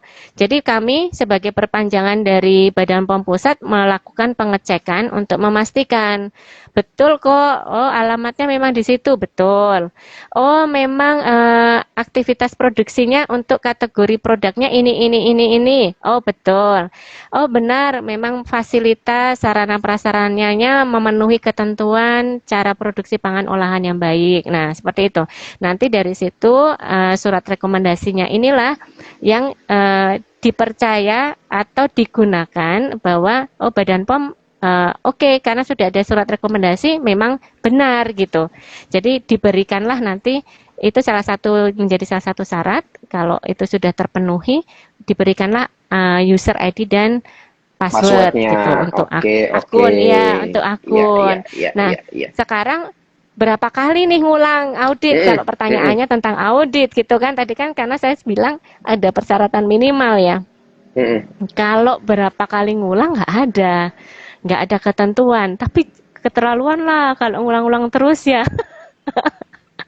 Nggak ada. Kalau ketentuan berapa kali ngulang nggak ada. Tapi sejauh ini dari audit pertama, dari pengalaman saya, dari audit pertama misalnya nilainya itu masih jelek karena misalnya sanitasinya masih jelek, masih banyak saluran airnya kurang bagus, nggak tertutup atau becek, banyak ada temuan kotoran tikus misalnya gitu ya, akhirnya nggak dikeluarkan, nilainya jelek. Kemudian dia kan harusnya ada perbaikan. Nah, perbaikan itu seharusnya sudah tidak ditemukan lagi ketika audit yang kedua, Tapi itu gitu. dikasih tahu nggak sih Nah, Mbak? sejauh ini, Maksudnya yang oh kamu nih ada ini, ada ini, ada ini dikasih tahu nggak mm-mm, Mbak? kasih tahu. Oh kasih Kami tahu kan ya. auditnya barengan sama yang punya, sama yang Oh, pemilik atau penanggung jawab. oh baik Jadi baik baik. kalau audit itu ada audit dokumen, kemudian ada juga audit onset untuk melihat fasilitas sarana prasarana yang dimiliki. Nah, ketika sarana prasarana yang dimiliki ini auditnya ya kami bersama dengan pemilik gitu, pemilik dan penanggung jawab. Nah, ketika itu ya langsung on the spot kan, kan sama-sama temuannya begini, harusnya bagaimana, ini tidak boleh begini, harusnya bagaimana, itu sudah tersampaikan ketika audit, Oke gitu. oke oke. Wah pencerahan banget nih. Benar-benar bisa dikatakan dari A to Z ya, dijelasin semuanya. Ntar terus Mas Julius buka memproduksi pangan olahan apa gitu. Iya Mas. Saya sepertinya sih lebih lebih seneng bikin konsultannya kali Mbak ya. Oh Kita gitu. konsultanin untuk bikin ke sana. Jadi sebelum sebelum audit ya kita konsultanin dulu gitu ya. Lebih seru kayaknya ya. Nah Kayaknya ini loh ada gak sebenarnya bisnis itu Mbak? Nah saya jadi kepikirannya ke ya sana kan. ya ada sih, ada dan kami menemukan juga. Cuma sebenarnya eh, beberapa kali kami menyarankan karena ada pihak ketiga atau konsultan ini ada yang bertanggung jawab, ada yang enggak kan gitu. Oh Nah, oke. nah dari pengalaman yang ada itu lumayan banyak juga yang nggak bertanggung jawab. Alhasil apa? Yang disampaikan ke pemilik ngurus izin edar itu lama, susah, mahal. Padahal harganya berapa? 300.000 5 tahun loh gitu. Betul. Maksimal 3 Nah, juta tadi Mbak ya. gitu. Iya, itu aja untuk yang risikonya tinggi. Spesial Kalau banget. yang Yes. iya gitu. Nah, kalau kalau sejauh ini kami menyarankan jangan pakai calo gitu, urus sendiri aja gitu. Itu akan lebih mudah dan kami juga lebih enak mengarahkan. Kalau misalnya lewat pihak ketiga kan jadi kami menyampaikan ke pihak ketiga, kemudian pihak ketiga baru menyampaikan ke pemilik gitu ya. Belum tentu yang disampaikan itu sama gitu kan. Bisa juga dilebih-lebihkan atau ada Oke. yang kurang atau nah itu yang kami menyarankan uruslah sendiri. Gampang kok. Gampang. Gampang, jangan Oke. takut. Jangan takut, Jadi gampang. karena gampangnya itu adalah bagian dukungan dari BPOM ya terhadap UMKM ya. Jadi jangan ragu Betul. lagi buat teman-teman semua yang kategorinya harus masuk ke MD, Silahkan langsung cek aja ke BPOM setempat ya, untuk Ya, betul. mendaftarkan supaya Anda mendapatkan izin edar MD. Karena pasti, Ya, ada mm, IG-nya juga tuh registrasi Mas, waduh, registrasi keren banget. underscore pangan. Registrasi Registrasi underscore pangan. underscore pangan. Oke, Pangan, saya ya. Coba deh dilihat ya. coba registrasi. Enggak, saya cuma mau tulis lalu saya pengen pin. Tapi nggak kelihatan nih tulisannya. Ya udahlah ya, registrasi underscore pangan, underscore Iya, pangan. Ini untuk registrasi pangan. Pangan pangan olahan di ya. Badan POM. Oke. Iya. Pin komen. Oke, jadi bagi teman-teman semua yang pengen registrasi bisa ke sana. Terima kasih BPOM, akhirnya kami bisa vaksin. Oh, terima kasih banyak ya. Mas bukan registrasi Iya loh salah ya. ya. Waduh. Regis. Wah, langsung Regis. dikasih hair. Saya bikin lagi registrasi underscore pangan. Oke, coba dicek dulu registrasi underscore pangan. Ya, sekarang kita. Oke, jadi salah yang pertama ya teman-teman ya. Yang benar adalah yang kedua ini registrasi underscore pangan. Tapi kok yang ini nggak bisa dipin ya? Oh ya. Oh, ini unpin. Coba yang ini dipin. Nggak bisa juga. Pokoknya intinya yang registrasi underscore pangan. Oke. Iya. Nah, kalau tadi kita sudah ngomong masalah biaya, kira-kira berapa lama sih ngurus izin edar ini? Jadi dari awal sampai akhir lah. Anggaplah kalau lancar gitu ya. Kalau lancar semua, dia dapat nilainya A gitu ya, cum laude lulusnya gitu ya. Kira-kira tuh berapa lama, Mbak? Nah, berapa lamanya nih? Ada beberapa waktu, beberapa proses itu tergantung pelaku usaha, gitu kan ya. Kalau tergantung pelaku usaha ya saya nggak bisa mengintervensi itu lamanya. Nah, mungkin saya berikan gambaran untuk proses di Badan POM-nya. Kalau tadi di awal berarti kan kalau sama sekali dari nol itu kan mulai dari pengajuan permohonan audit ke kami yang di daerah kan gitu, perwakilan Badan POM daerah. Nah, kalau di Lokapom Kabupaten Tangerang kami menetapkan timeline-nya maksimal 14 hari kerja setelah dokumen itu masuk akan kami audit. Gitu, maksimal. Jadi tergantung antrian. Kalau antriannya nggak banyak, ya bisa kurang dari 14 hari kerja sudah diaudit. Kemudian setelah audit, proses CAPA atau tindakan perbaikan, tindakan pencegahan ini tergantung pelaku usaha. Kalau gerak cepat, ya bisa cepat gitu. Dikeluarkanlah surat rekomendasi. Nah, dari surat rekomendasi kemudian kan tadi proses registrasi ada 2 tahap. Yang pertama adalah pembuatan akun. Nah, ketika pembuatan akun ini ada proses yang evaluasi oleh petugas. Jadi ada input data perusahaan dan pabrik, kemudian upload dokumen data dukung, termasuk salah satunya adalah surat rekomendasi tadi. Kemudian ada proses evaluasi. Nah, proses evaluasinya ini 10 hari kerja. Jadi setelah 10 hari kerja dapatlah user ID dan password. Gitu. Setelah dapat, kemudian masuk ke proses tahap berikutnya adalah di proses registrasi produk pangan olahan. Nah, di dalam proses ini ada yang membedakan adalah kategorisasi resiko pangan. Jadi di registrasi pangan olahan ini menetapkan ada kategori resiko.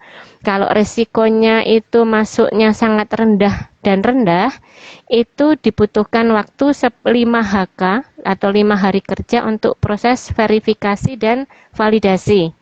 Sedangkan kalau untuk kategori resiko pangannya dia masuk sedang dan tinggi, itu prosesnya ada evaluasi, verifikasi, dan validasi itu dibutuhkan 30 HK. Nah, 10 HK, yang 30 HK ini, itu istilahnya 30 HK time to respond gitu. Maksudnya apa? Maksudnya adalah penghitungan 30 HK ini adalah dari sejak pembayaran dilakukan. Jadi dari surat perintah bayar itu dibayar, dihitung 30 hari kerja, atau dari penghitungannya adalah dari permintaan tambahan data. Jadi ada permintaan tambahan data, kemudian memasukkan tambahan data terakhir, nah itu dihitunglah 30 HK. Jadi Oke, on jadi off, on kurang off, lebih, on off lah. iya, kurang lebih sekitar 2 bulanan lah ya Mbak ya, paling lama ya Mbak ya, kalau Iya, semuanya iya, lancar iya. ya. Kurang lebihnya begitu. Kurang lebihnya gitu. Tapi ya balik lagi ya Mas, itu ada beberapa poin itu yang titiknya itu di pelaku usaha gitu. Bisa gercep nggak ya dia balikin lagi misalkan apa yang dipinginkan dari BPOM-nya gitu ya? Ya, selain itu juga ke pemahaman. Pemahaman Oke. seperti tadi contohnya yang tentang pengujian tadi, Mas Mm-mm. Julius. Sebenarnya sudah ditetapkan kan parameter wajib. Nah, ternyata dia parameternya itu tidak sesuai dengan parameter wajib yang ditetapkan. Oh Hasil iya, apa? Dia harus nguji ngulang ulang kan. Nah, itu lagi, kan iya, makan betul, waktu iya, gitu. iya, iya, iya. Begitu. Nah, tadi kan Mbak sempat menyinggung bahwa itu harus apa perusahaan ya. Pertanyaannya, perorangan bisa nggak sih? Kan tadi Hmm, hmm, hmm. Mbak sempat ngomong ya. Perorangan, mm-mm, mm-mm. Nah, kalau perorangan itu biasanya masuknya ke yang IUMK itu loh. Hmm, IUMK. Kalau oke. kalau industri, kalau yang izinnya usahanya bentuknya itu kan masuk ke konteksnya bentuk usaha ya, Yes. legalitas usaha sama legalitas Mm-mm. produk. Nah, kalau yang tadi pertanyaan perorangan itu berarti ke yang izin usaha. Nah, izin usaha itu kan jenisnya ada kalau produsen itu ada IUI, ada IUMK. Kalau IUMK ini biasanya memang tidak menyebutkan PT gitu ya, PT CV gitu. Kemudian yang di dalam NIB-nya atau di IUMK-nya nanti alamat itu, jadi namanya apa, kemudian alamat itu alamat sesuai KTP Sesuai rumah gitu. gitu ya. Kemu Oke. sesuai KTP, Iya, KTP KTP, iya. yang KTP punya sih, gitu ya ya. oke. Ha. Baru kemudian nanti di bagian bawahnya ada lokasi usaha. Lokasi usaha berarti baru Oh, sesuai dengan di mana usahanya lokasi berada. usahanya. Karena Oke, kan, baik. iya, karena IUMK itu kan bisa jadi tidak sama dengan KTP ya. Betul, Tempat betul, usahanya betul. bisa jadi dia sudah dipindah lokasi tersendiri, tetapi dari apa range apa kalau usaha itu range permodalan ya Mas ya. Range permodalannya itu masih masuk UMK. Dan menariknya itu sebenarnya kemarin kan ada Undang-Undang Cipta Kerja ya. Mm-mm. Mungkin ada rekan-rekan di sini yang lebih paham. Nah, itu memperluas loh range range yang masuk ke mikro kecil ini diperluas di Undang-Undang Cipta Kerja. Jadi yang sebelumnya mungkin dia harus IUI, untuk yang dari Undang-Undang Cipta Kerja ini bisa masuk ke IUMK karena range-nya lebih besar. Dan Oke, oke, dan oke. menyikapi Undang-Undang Cipta Kerja, Badan POM juga sebenarnya masih ada ini sih Mas, masih ada pembahasan, ada simplifikasi untuk pengurusan izin registrasi ini. Kalau tadi misalnya yang risiko pangan rendah misalnya ya, tadi yang saya sempat sebutkan. Mm-mm. Pangan rendah itu apa sih? Sangat rendah itu ketika pangan itu tidak pakai BTP. Itu mungkin sekarang masih dalam masa pembahasan ya, masih belum ketok palu, tapi ada arah-arah bahwa ini sudah tidak diwajibkan lagi mengurus izin edar Badan POM, tapi surat komitmen gitu. Tinggal nanti kita tunggu saja bentuk perwujudan dari Undang-Undang Cipta Kerja. Nah, BTP itu apa, Mbak? BTP itu bahan tambahan pangan. Bahan Jadi tambahan pangan. tambahan Oke. pangan, iya. Jadi dia ditambahkan untuk tujuan-tujuan tertentu terhadap pangan olahan. Teman-teman bisa Oke. mengecek BTP ada peraturannya terkait BTP, bisa akses saja di jdih.pom.go.id Soalnya ketika atau Mbak di ngomong Play Store. BTP itu saya malah ingatnya jadi Basuki Cahayapurnama. Itu yang saya takut, Mbak. Iya kan? BTP bahan tambahan pangan kayak Oke. pemanis gitu, pemanis atau Pengawet asam gitu ya, Mbak ya? sitrat, pengawet iya. Atau bisa juga ini Mas, install aja di Play Store, cek BTP. Di situ Oh, juga ada lagi tuh, cek ada, BTP. Ada iya, tadi malah registrasi enak. pangan, sekarang ada cek BTP. Luar Iya, biasa banget nih, sudah mulai digitalisasi semua ya. Mantap. betul betul. Bisa untuk ngitung juga syarat BTP-nya sudah sesuai atau belum. Oke, nah ini ada pertanyaan lagi. Sekarang ganti akun lagi ya. Tadi Mm-mm. kostum kreatif, sekarang jadi Rumah Kelor lagi. Oke, apa betul kalau mau pasang logo di kemasan, logonya harus sudah terdaftar di Haki? Nah, benar nggak tuh Mbak? Logonya itu logo apa nih? Merek Logo ya? merek, ya mereknya. Yang R gitu ya? Oh, Iya, saya nggak tahu sih mungkin. kalau yang merek gitu yang dipatenkan ya harusnya ada hakinya ya. Jadi nanti di dalam pengurusan persetujuan label itu perlu disampaikan, perlu dilampirkan sertifikat persetujuan mereknya. Gitu. Oke. Kalau misalnya logonya ini logo halal misalnya, ya Mm-mm. logo halal nanti Berarti ke MUI gitu Mbak ya? perlu perlu disampaikan sertifikat halalnya. Jadi kalau sudah Oke. punya sertifikat halal, nanti baru baru boleh dicantumkan di dalam persetujuan label. Sekarang bukan LP POM MUI ya, Mas. Oh, Masuknya ke bukan ya? ini eh, namanya lembaga apa ya? Oh, ini Badan Penyelenggara Jaminan Produk Halal dari Oke, Kementerian Badan Agama. Penyelenggara Badan Jaminan Produk Penyelenggara Halal. Jaminan Produk Halal. Oke, nah ini Kementerian Agama. kata Pak Pres, aku sudah manis jadi nggak perlu tambahan. Nah, pertanyaannya halal apa enggak nih Pak? Ya, Anda sudah manis tapi saya nggak tahu Anda halal atau enggak ya. Oke, oke, oke. Wah, saya benar-benar tercerahkan banget Mbak dari yang nggak ngerti apa-apa ya. Jadi sekarang ngerti. Walaupun tentunya kalau misalkan punya produk dan akan ngurus BPOM itu akan lebih ngerti lagi ya, karena kan menjalani prosesnya ya. Nah, bagi teman-teman yang masih ada pertanyaan, nih kita masih ada waktu ya ya 10 menit lagi ya. Tapi kalau nggak ada pertanyaan ya kita tutup aja di sini gitu ya. Tapi kalau masih ada pertanyaan, yuk mumpung ada ahlinya di sini ya.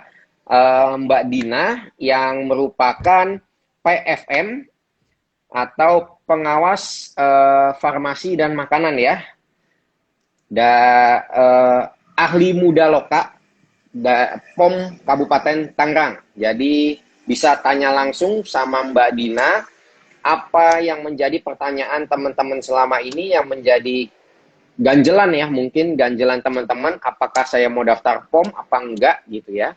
Dan daftar POM berapa duit? Ya ternyata daftar POM itu ya mungkin lebih mahal pulsa kita ya bulanan ya daripada daftar POM ya.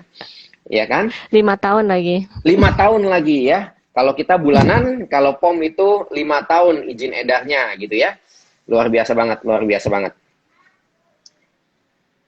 By the way, Mau nambahin info Mas. boleh, boleh, Kalau boleh. tadi kan ini kan istilahnya masih awal ya, mendengar mungkin baru pertama kali, masih belum terbayang. Nah, di subsetnya registrasi itu ada rumah RPO. Jadi di registrasipangan.pom.go.id itu ada rumah RPO. Nah, itu banyak deh informasi di situ. Silahkan teman-teman bisa masuk ke situ. Di situ juga ada simulasi. Bagaimana simulasi bikin akun, bagaimana simulasi meregistrasi, atau dari awal juga ada tuh panduan untuk mengidentifikasi apakah izin edar yang wajib dimasukkan, apakah jangan-jangan dia produknya pangan segar, jangan-jangan IRT, jangan-jangan tidak harus punya izin edar. Nah, di situ juga ada. Silakan kalau misalnya untuk mendapatkan gambaran sebelum sebelum mendaftarkan mau simulasi dulu di situ. Saya kira bagus tuh untuk digunakan. Nah, jadi Pak Pres udah nggak usah tanya lagi, jamu-jamuan itu butuh izin edar BPOM atau enggak, cek sendiri di websitenya Mbak ya. Emang Pak Pres punya ya? Wah, Pak Pres bisnisnya banyak Mbak. Saya juga bingung, Pak Pres gitu. banyak, dapurnya banyak, bisnisnya banyak gitu kan. Tadi nggak usah ditambahin apa juga udah ada manis-manisnya gitu ya. Nah, jadi ya biar Pak Pres nggak usah susah-susah buka website gitu ya. Jadi jamu-jamuan itu butuh izin edar BPOM juga atau enggak nih Mbak? Kan kategorinya berarti yang tadi masuknya obat-obatan tradisional Mbak ya? Obat tradisional, iya. Kalau obat tradisional itu ketentuannya beda lagi. Itu kayaknya sesi tersendiri deh kalau mau. Sesi tersendiri karena ya kali ini bahasnya tentang panganan dan UMKM Pangan olahan. Panganan Nah, lagi salah, pangan olahan. Panganan meneh, Nah, kalau mau sedikit sedikit apa ya bocoran, obat tradisional itu izin edarnya hanya dari Badan POM. Jadi tidak ada instansi lain yang mengeluarkan izin edar untuk produknya gitu. Nah, yang perlu disiapkan adalah eh, mengurus izin sarananya, izin usahanya. Kalau usaha, misalnya dia usaha apa ya, usaha kecil obat tradisional atau usaha mikro obat tradisional atau industri obat tradisional atau ada juga yang industri ekstrak bahan alam EBA. Itu nanti pengurusan izin usahanya ke Kementerian Kesehatan. Tapi kalau untuk izin edar produk itu di Badan POM, hanya Badan POM gitu. Nanti di kami ada persyaratan adalah salah satunya sertifikat CPOTB. CPOTB itu singkatan dari cara pembuatan obat tradisional yang baik. Nah, makanya agak panjang nih. Makanya kalau kalau agak panjang jelasin nanti aja ya sesi tersendiri ya. Jadi buat Samora bersaudara ya, Rumah Kelor yang kalau mau ngurus POM, berarti kan masuknya ke obat-obatan tradisional nih. Nah, mungkin bisa tanya-tanya lebih lanjut ya via DM atau via private message ke Mbak langsung Mbak ya. Jadi Mbak Dina bisa menjawab secara langsung kan, karena jawabannya kan panjang dan kita kan sekarang lagi bahasnya tentang pangan olahan, ya nggak boleh panganan meneh ya. Pangan olahan gitu ya. Nah, wadaw panjang ya kelihatannya Ibu Dokter Vita mau bikin obat-obatan nih ya. Obat-obatan tradisional, EKE suplemen nih sepertinya nih. Oke, ada lagi pertanyaan teman-teman semua? Ternyata makin kesini pertanyaannya makin keluar yang unik-unik ya. Iya. Menarik.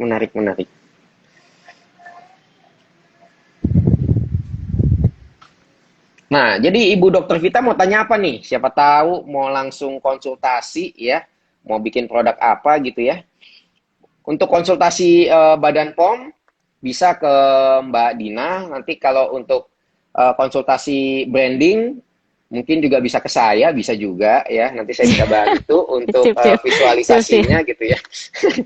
Iya, bisnis sama Irel. Oke, boleh. Yuk kita berbisnis bareng ya. Bisa diundang lagi berarti. Nah, masalah bisa diundang lagi berarti saya kurang tahu nih. Karena di sini kan kapasitasnya memang tadi ya, PFM. Jadi sebenarnya di farmasi juga bisa. Karena Mbak Dina sendiri kan juga apoteker ya Mbak ya. Jadi harusnya kalau untuk mau bahas tentang obat-obatan tradisional itu bisa. Oh, ada langsung pertanyaan dari Mas Samora. Kalau konsultasi CPOTB kemana ya Kak? Nah lo makin panjang. Iya. Ini agak keluar dari ini ya konteks ini. Boleh gak nih? Boleh jawab sama. Nih, Mbak? Soalnya kan boleh nanti, sih. Oh boleh, oke. Mari kalau boleh dijawab. Boleh, silakan aja, silakan aja. Tapi mungkin sekilas aja ya. Maksudnya kalau secara detail nanti makan waktu juga. CPOTB itu kan cara pembuatan obat tradisional yang baik. Nah, kalau untuk UMOT dan UKOT diperbolehkan CPOTB bertahap. Sedangkan kalau IOT itu wajib full aspek CPOTB.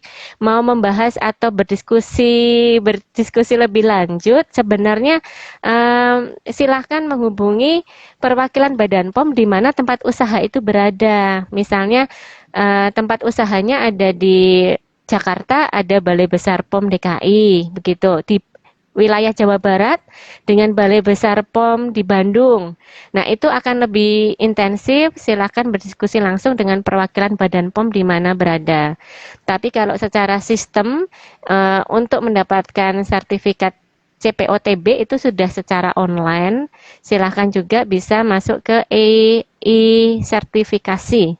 Nah, di situ pilih aja CPOTB, bisa masuk ke situ. Banyak banget singkatannya, banyak banget. Singkatannya banyak banget ya. Pendaftarannya juga beda-beda ya, antara registrasi pangan sama registrasi alurnya itu beda-beda. Wow, luar biasa banget ya. Dan berarti Mbak pegang dua-duanya ya? Pangannya dipegang, secara farmasinya juga dipegang Mbak? Semuanya dipegang sih Mbak. Semuanya. Semuanya dipegang, jadi nggak bingung ya? Kalau bingung kan biasa pegangan ya, gitu jadi ya. Kalau komoditi, kalau kalau di mungkin berbeda dengan Badan POM di pusat itu kan sudah ada pengkhususan per kedeputian. Nah, kami Mm-mm. perwakilan Badan POM yang di daerah ini em, apa ya, sebagai perpanjangan tangan seluruh komoditi. Jadi Oke. kalau mau bahas kosmetik, yuk ayo, mau bahas obat tradisional, yuk silahkan gitu. Nah, Mau sedikit soal bahas kosmetik nih Mbak. distribusi.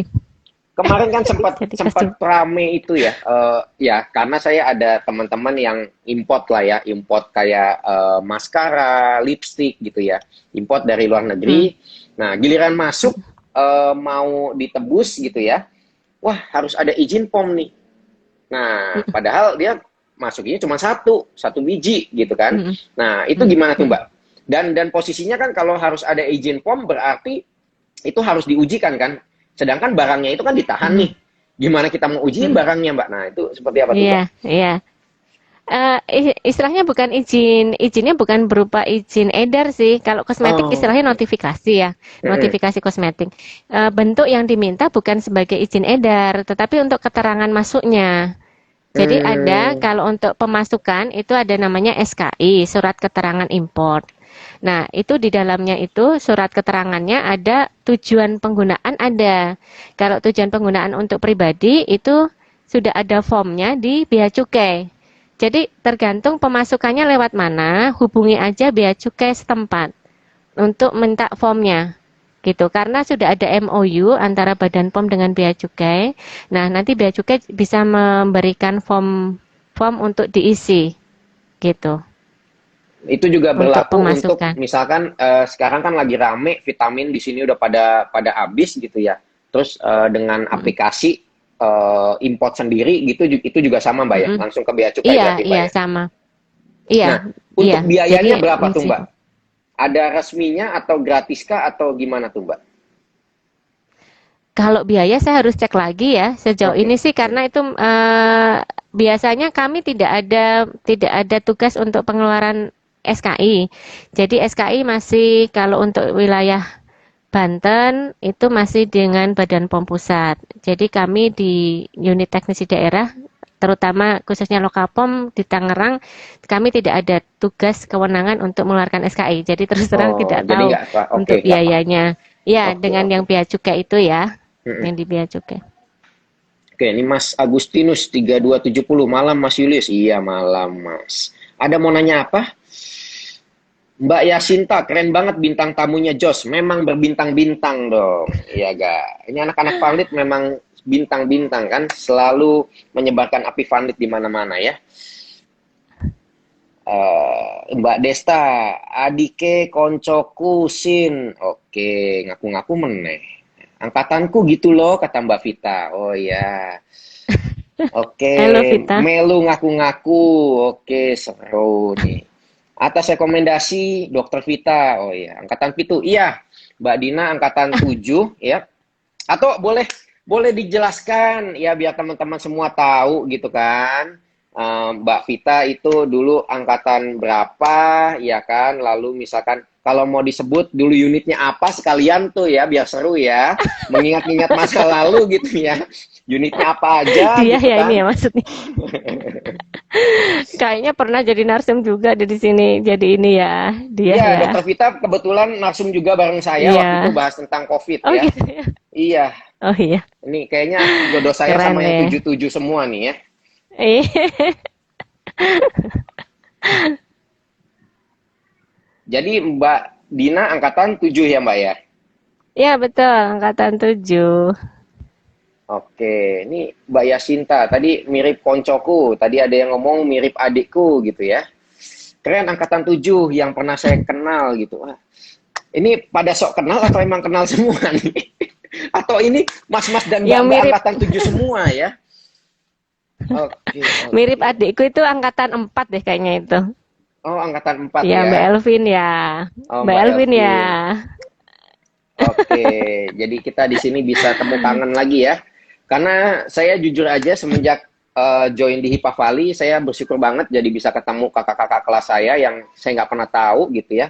Bisa ketemu sama Dokter Gunadi angkatan 1, Mas Danang angkatan 1, ya bisa Mm, ketemu sama secara virtual ketemu sama Ibu Dokter Vita, ketemu sama Mbak Dina angkatan 7 gitu kan. Mbak Dina nih kakaknya angkatan 4. Oke, berarti memang masih Vanlisian semua ya. Kakak adik keren banget ya. Iya, Oke, berarti sebenarnya ini. Berarti kakaknya siapa tuh Mbak? Nah, mungkin angkatan 4 biar tahu nih. Lydia Elvin Oh, Lydia. Setiastuti. Oh, itu kakaknya Toya. Oh. Jadi dari tadi Iya. request-request masuk itu kakaknya. Kangen nih berarti ya sama adiknya ya. Oh iya. Berarti banyak juga kakak adik yang masuk di Funlit ya. Termasuk saya juga ada adik yang masuk di Funlit. Adik saya angkatan 14, saya angkatan 12. Jadi Iya. ternyata keren banget ya. Next Mbak Elvin bintang tamu. Oke, langsung aja daftar ke Mbak Desta ya. Kemarin Mbak Desta itu sempat bingung. Kenapa? Karena dia sempat bingung kok narasumbernya banyak angkatan 4 nih. Makanya dia mau cari angkatan yang lain gitu ya. Tapi ternyata mau direkomendasikan lagi ke angkatan 4 lagi. Yuk monggo gitu ya. Oke, luar biasa sekali. Hebat-hebat ya di angkatan 4 Hebat, ya. hebat, hebat, hebat, hebat, hebat. Saya salut banget ya. Salah satunya kan juga jadi presiden ya. Presiden Hipa Valley kan. Luar biasa banget. Bisa menyatukan berbagai macam angkatan. Dari angkatan yang tidak milenial sampai jadi angkatan yang milenial digabungin semua ya. Luar biasa banget. Luar biasa banget. Memang Pak Presiden ini memang ada manis-manisnya kok. Oke, top abis. So, teman-teman masih ada pertanyaan lagi? Kalau tidak ada pertanyaan lagi, kita akan sudahi perbincangan ini. Nggak kerasa banget, ini 1,5 jam lebih ya. Walaupun tadi bisa live yang ketiga, Mbak ya. Baru bisa Iya, betul. bertatap muka ya, padahal tadi item.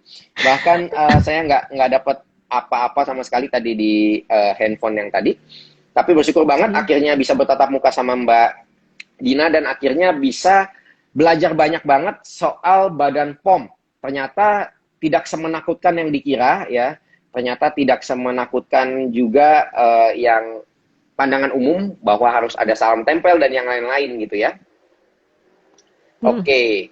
So, teman-teman semua, sedulur-sedulur semua, terima kasih banyak buat atensinya hari ini.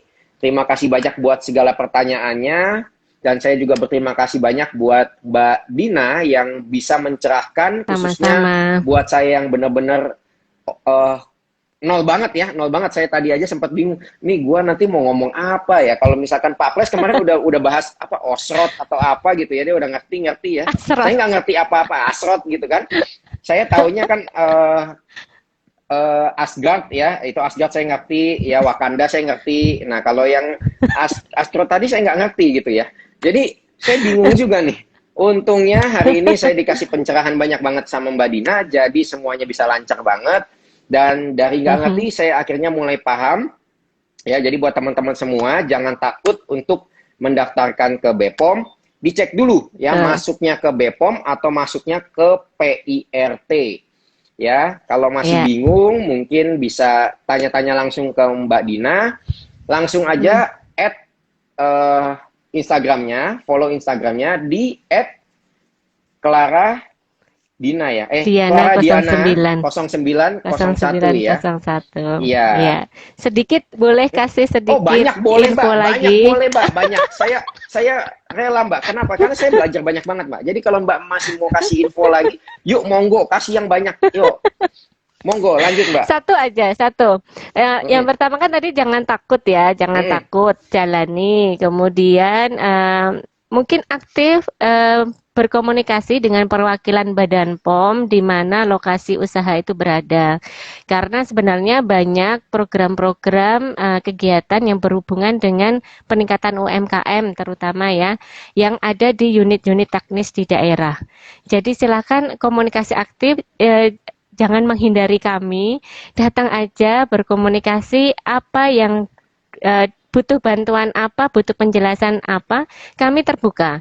Jadi semua perwakilan Badan POM dimanapun berada di seluruh Indonesia itu terbuka. Kalau misalnya ada yang mau konsultasi, mau tanya-tanya, itu terbuka. Jadi istilahnya jangan menghindar, jangan takut, Jangan dijadikan Badan POM sebagai momok, tapi mari kita berkolaborasi, bersinergi bersama untuk meningkatkan usaha kreatif, meningkatkan UMKM di Indonesia sehingga ekonominya bisa bangkit, terutama di masa pandemi ini.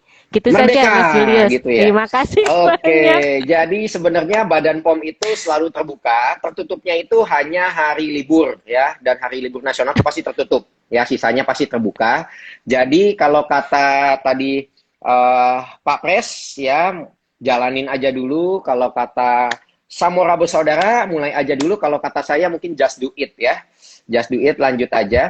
Dan mungkin ya tadi kalau kata Mbak Dina sendiri kan jangan takut dan jangan menghindar. Oh, berarti selama ini BPOM itu malah jadi sosok yang menakutkan ya.